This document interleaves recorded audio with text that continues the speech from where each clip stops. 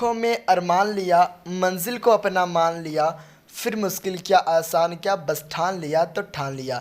दोस्तों आज जो सोशियोलॉजी का एग्ज़ाम है यानी समाज शास्त्र वालों का एग्ज़ाम है, उसी से रिलेटेड हम सब्जेक्टिव प्रश्न को लेकर आए हैं। अगर आप हमारे चैनल पर नए होंगे तो चैनल को सब्सक्राइब कर लीजिएगा, बेल आइकन को प्रेस कीजिएगा। तो चलिए शुरू करते हैं बिना किसी देरी के। चलिए फटाफट प्रश्न देखते हैं। पहला प्रश्न क्या है, जनसंख्या संवृद्धि दर का क्या तात्पर्य है। ठीक है, तो आप उत्तर में लिखिएगा जनसंख्या संवृद्धि दर का तात्पर्य है जन्म दर एवं मृत्यु दर के बीच का अंतर। सिंपल सा बात है, जन्म दर एवं मृत्यु दर के बीच के अंतर को हम जनसंख्या संवृद्धि दर कह सकते हैं। ठीक है, दूसरे शब्दों में किसी देश या क्षेत्र में बढ़ी हुई जनसंख्या की दर ही जनसंख्या वृद्धि दर कहती है। ठीक है, अगर आप इतना लिख सकते हो, जनसंख्या संवृद्धि दर का तात्पर्य है जन्म दर एवं मृत्यु दर के बीच के अंतर को, तथा दूसरे शब्दों में अगर कहना चाहेंगे तो किसी देश या क्षेत्र में बढ़ी हुई जनसंख्या की दर की जनसंख्या संवृद्धि दर को होती है। ठीक है, सिंपल से क्वेश्चन है, एक बार अगर आप पढ़िएगा आसानी से याद हो जाएगा। अगला सवाल क्या है, आयु संरचना से आप क्या समझते हैं।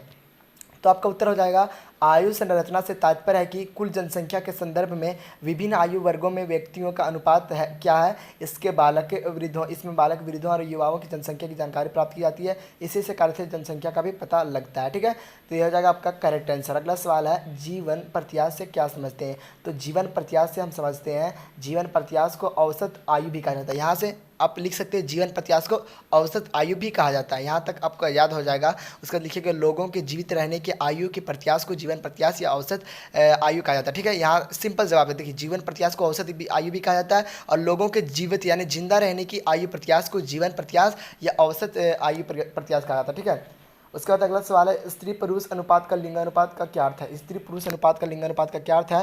तो आपका उत्तर हो जाएगा स्त्री पुरुष अनुपात यह बताता है कि किसी क्षेत्र विशेष में एक निश्चित अवधि में प्रति 1000 पुरुषों के पीछे स्त्रियों की संख्या। ठीक है, यह आपका हो जाएगा करेक्ट आंसर। चलिए अगला इंपॉर्टेंट सवाल देखते हैं, जनांकिकी से आप क्या अभिप्राय है। ठीक है, यानी जनांकिकी से आप क्या समझते हैं। तो जनांकिकी वह विज्ञान है जो किसी समाज की जनसंख्या तथा उससे संबंधित विभिन्न पहलुओं का तार्किक एवं व्यवस्थित अध्ययन करता है। ठीक है, अगला सवाल देखिए, सामाजिक जनांकिकी क्या है। तो जनांकिकी तथ्यों के सामाजिक तथा आर्थिक तथ्यों के साथ संबंधों का अध्ययन सामाजिक जनांकिकी कहलाता है। आप इसे कर लें, यहाँ से प्रश्न पूछे जाएंगे, जनसंख्या संरचना से आप क्या समझते हैं। तो किसी देश की जनसंख्या संरचना का तात्पर्य उस देशों की जनसंख्या का वितरण, जनसंख्या में वृद्धि, जनसंख्या का घनत्व, प्रवासित साक्षरता, आयु वर्ग, लिंग अनुपात आदि से है। जनसंख्या संरचना किसी देश के व्यवस्था के चित्र प्रस्तुत करती है। ठीक है, आप पता कर ले, आपको फुल मार्क्स मिलेगा, नंबर कटने वाले। चलिए अगला प्रश्न देखते हैं, अनुसूचित शब्द का प्रयोग सर्वप्रथम कब किया गया था।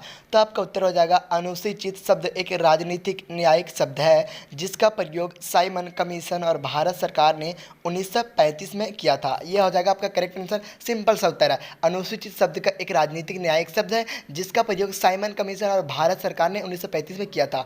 अगला सवाल देखिए, अनुसूचित जाति को परिभाषित करें। ठीक है, तो अनुसूचित जातियाँ वे हैं जिन्हें भारतीय संविधान के प्रावधानों के तहत सामाजिक तथा शैक्षणिक दृष्टिकोण से पिछड़े तथा नियोगित जाति के रूप में अधिसूचित किया जाता है। इन्हें दलित भी कहा जाता है। ठीक है, दलित भी कहा जाता है अनुसूचित जाति को। अगला सवाल देखिए, अनुसूचित जाति से आप क्या समझते हैं। तो आपको लिखना है, अनुसूचित जातियाँ संस्तरण में सबसे निम्न है वे जातियाँ जिनके सशक्तिकरण हेतु भारत सरकार ने संवैधानिक रूप से निर्धारित विशेष अनुसूची में सम्मिलित किया गया ताकि क्षतिपूर्ण विभेद जाति नीति के तहत उनके लिए विशेष सुविधाएं का प्रावधान किया जा सके।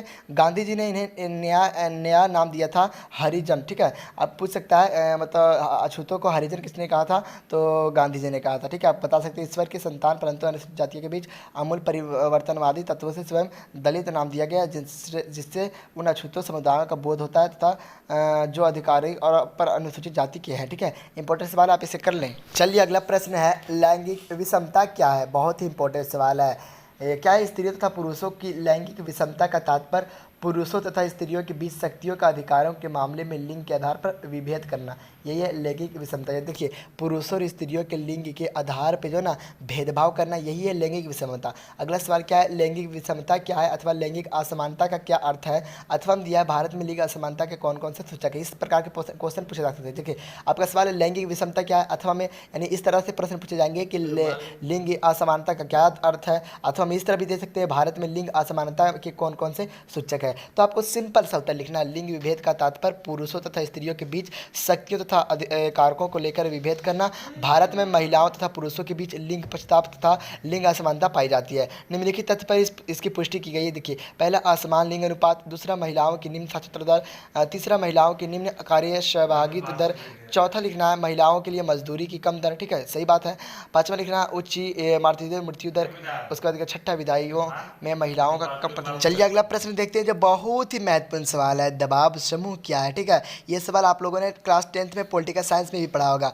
दबाव समूह की विशेषता का वर्णन करें। तो आपको उत्तर में सिंपल सा लिखना है, दबाव समूह एक ही प्रकार में हित रहने वाले व्यक्तियों का एक ऐसा संगठन है जो अपने हितों को पूरा करने का प्रयास करते हैं तथा लोकतंत्र को प्रभावित करते हैं। दबाव समूह की निम्नलिखित विशेषताएं हैं। दबाव समूह एक समूह है, इस संगठन में समान हित एवं अधिकारों से जुड़े लोग सम्मिलित होते हैं, उनका एक समान उद्देश्य तथा हित होता है, इनके द्वारा घटनाओं तथा निर्णय को प्रभावित करने का प्रयत्न किया जाता है। दबाव समूह अपने सदस्यों के हितों एवं अधिकारियों की रक्षा से जुड़ा होता है। दबाव समूह राजनीतिक शक्ति से संबंधित होते हैं, इनके क्रियाकलाप जन अधिकांक्षाओं को पूर्ति से संबंधित हो सकते हैं, इनकी औपचारिक संरचना होती है, इनके संपर्क की निरंतर बनी रहती है। यहाँ से 5 नंबर वाले प्रश्न आ सकते हैं, आप इसे कर लें। ठीक है, क्योंकि आपके एग्जाम में यह उपयोगी शामिल हो सकता है। चलिए अगला सवाल देखते हैं, क्या है हरित क्रांति से क्या अभिप्राय, यानी हरित क्रांति के बारे में आप क्या जानते हैं। अथवा में प्रश्न इस प्रकार से भी आ सकता है, हरित क्रांति क्या है। तो आपको उत्तर में लिखना है, कृषि उत्पादन में व्यापक परिवर्तन को हरित क्रांति के नाम से जाना जाता है।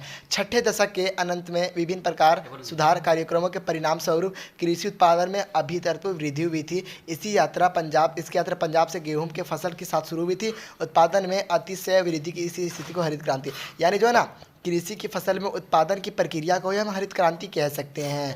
तो ये इंपॉर्टेंट सवाल, आप इसे कर ले हरित क्रांति के बारे में। चलिए फटाफट से अगला सवाल देखते रहते हैं, उदारीकरण क्या है। तो उदारीकरण की अवधारणा मूल रूप से इस तथ्य पर आधारित है कि यदि राज्य का हस्तक्षेप कम होगा तो अर्थव्यवस्था और समाज बेहतर होगा बनेगा। ठीक है, अतः इसे हम कम राज्य अथवा अच्छा राज्य जैसे नारों से लोकप्रिय बनाने का प्रयास किया गया है। इस प्रकार उदारीकरण की प्रक्रिया अर्थव्यवस्था पर सरकारी नियंत्रण को शिथिल करने से संबंधित है। इसके अंतर्गत नियंत्रणों को हटाकर अर्थव्यवस्था को उदार बनाया गया है। विभिन्न कार्य क्षेत्रों से राज्य एक अधिकार को समाप्त कर निजी कंपनियों को आगमन प्रोत्साहित करना उदारीकरण का मुख्य परिणाम हो सकता है। यानी ये इतना आप लिखेंगे, बहुत ही इंपॉर्टेंट सवाल, एक बार आप पढ़ ले आपके दिमाग में घुस जाएगा। तो दोस्तों इस वीडियो में हमने क्लास 12th वालों का सब्जेक्टिव प्रश्न जो आज सोशियोलॉजी का एग्जाम होने वाला है उससे रिलेटेड टॉप क्वेश्चन को हमने आज बताया है। तो चैनल को सब्सक्राइब कर ले, बेल आइकन को प्रेस कर ले, और इसी तरह जियोग्राफी है, पॉलिटिकल साइंस है, होम साइंस है, तमाम सब्जेक्ट जो बचा हुआ सब्जेक्ट है उनका VVI क्वेश्चन लाता रहूँगा।